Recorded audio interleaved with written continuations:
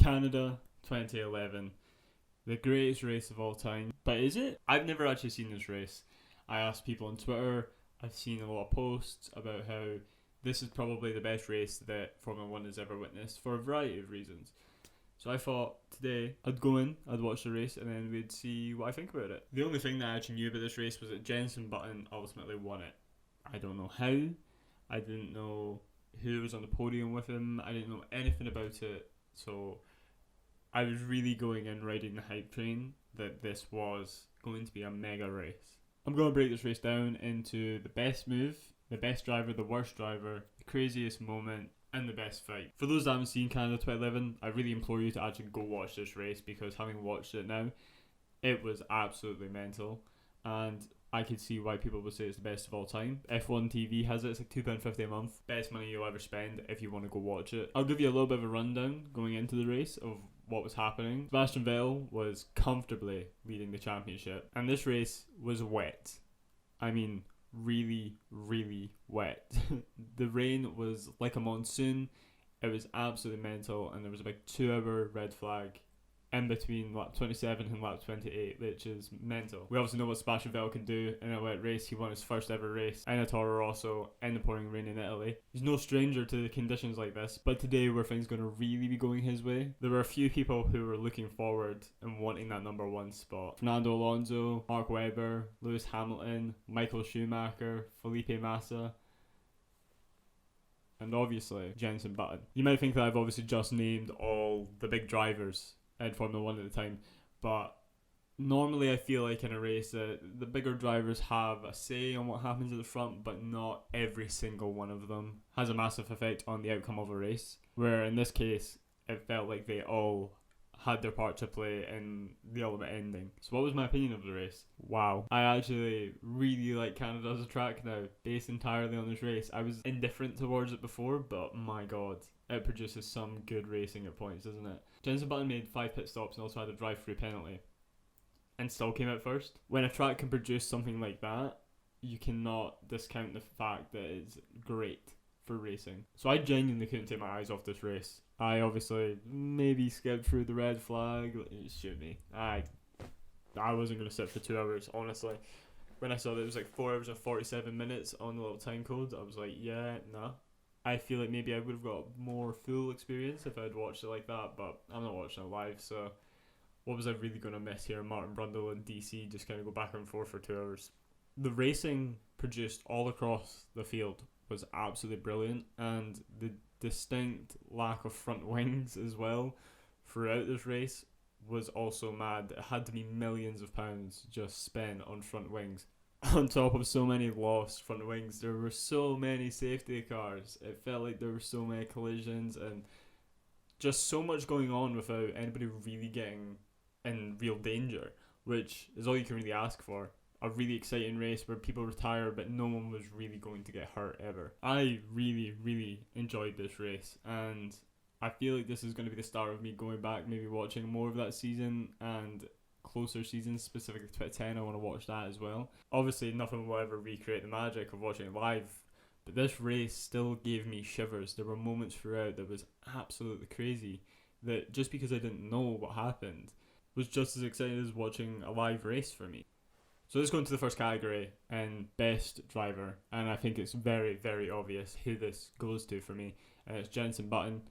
He was unbelievable. The man was last on the grid and still came first. He pretty much was in every position there were available other than the 2 cars that retired behind him before he was last, which is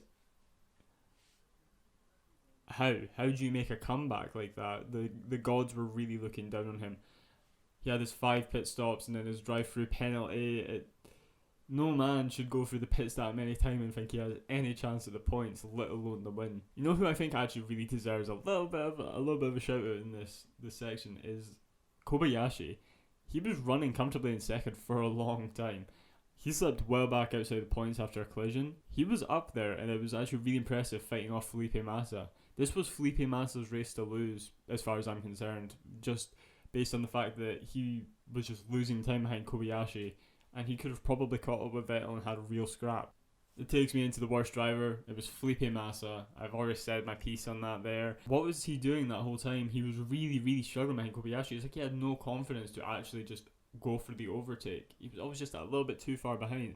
And we know Massa can drive. He was a 22nd world champion at one point. What was going on in this race? I don't know. It was almost like everyone but Sebastian Vettel was playing chicken of who didn't want the win. Despite him even having that bad race, his on the line overtake right at the end was quite exciting. It was just another factor in this race that made it really fun to watch. He'd had a terrible race in my opinion all the way up to that point, and just sniffing it right at the end just to get a position further was fun. I liked that. He was still fighting to the very last moment. I should really stop letting my camera die during these recordings. It's poor etiquette, honestly. So going into the best move of the race, you have to look at lap 37, Jenson Button at turn 10 in the hairpin. He overtakes two cars.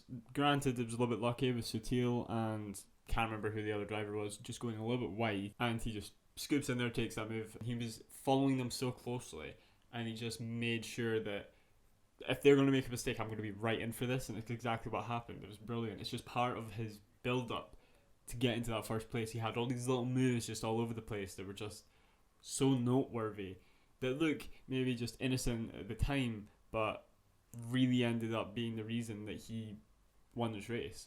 You also have to give your honourable mention to Michael Schumacher for almost the exact same move on Felipe Massa and Kobayashi on the exact same hairpin on lap 51, except Felipe Massa and Kobayashi didn't make a mistake going into that corner. Michael Schumacher is just Michael Schumacher. And the fact that he didn't get his podium with Mercedes in this race is devastating. He drove probably the best I'd seen in any of the races that I've watched in that period that he came back. Really looked like true Michael Schumacher. It was really, really fun watching him just have those battles with everybody across the grid, especially Mark Webber.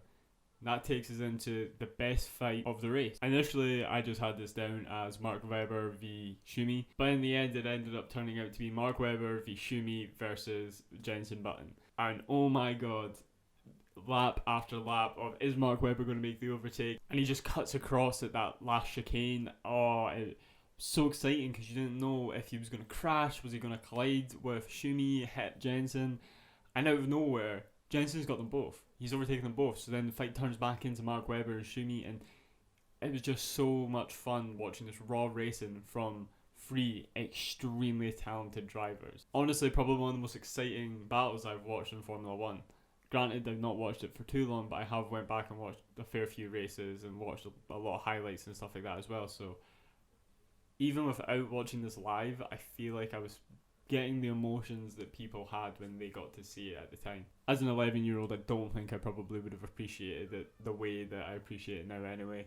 Lastly, we've got craziest moment, and I feel like there's three things that really come to mind when talking about this bit. The McLarens colliding. Lewis Hamilton was out of this race right at the start because he collided with Jenson Button, who ultimately went on and had the race of his life. I'd like to know what this race would have been like had Lewis Hamilton been part of the fight. But watching two teammates collide, especially two world champions, was extremely weird and such an avoidable incident.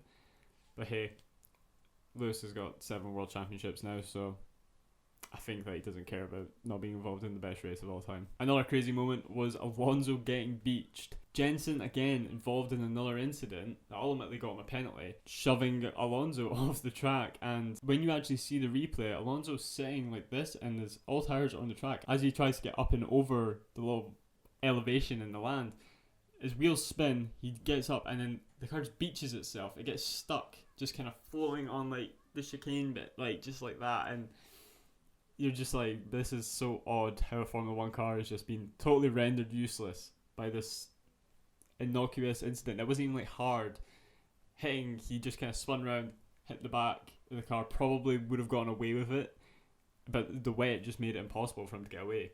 And I think you all know what the craziest moment of this race actually was, and it's Sebastian Vettel going too deep and losing it on the last lap with Jenson Button overtaking him for the lead. I got shivers when it happened. I got shivers thinking about it, and I'm a big fan of Vettel. Obviously, I know he went on to win the title that year, but it's still one of those moments that he will look back on like, what a lost opportunity to win. That could just be another win on the books for him. And by the time that Jenson crossed the line, so exciting. It was genuinely thrilling. Even if he'd gone to second, it would have been crazy because he was last on the grid at one point. But it's just the fact that he snipped on the last lap due to Sebastian Vettel's mistake that really just added to the craziness of this moment. A couple of things I want to say as well. The trophy was beautiful. What a lovely trophy. And you can see on the podium, despite Sebastian Vettel's smiles, there had to be a little bit of pain coming through that. He said in the press conference following that he led the race all the way up until literally the last lap. So it had to sting at least a wee bit, but went on to win the championship again. It would have sucked at the time, but I guess that you look back on it as like, well, it's one of those moments. And Jenson ended up being the winner of the greatest race of all time. So that's been my thoughts on this race. I really, really enjoyed watching it. I'm definitely going to go back and watch other races now. If you enjoyed this video, remember to like it and subscribe and comment below. Was this your favourite race of all time? Was this the best race of all time? Or is there something else that comes to mind when you think of the best race?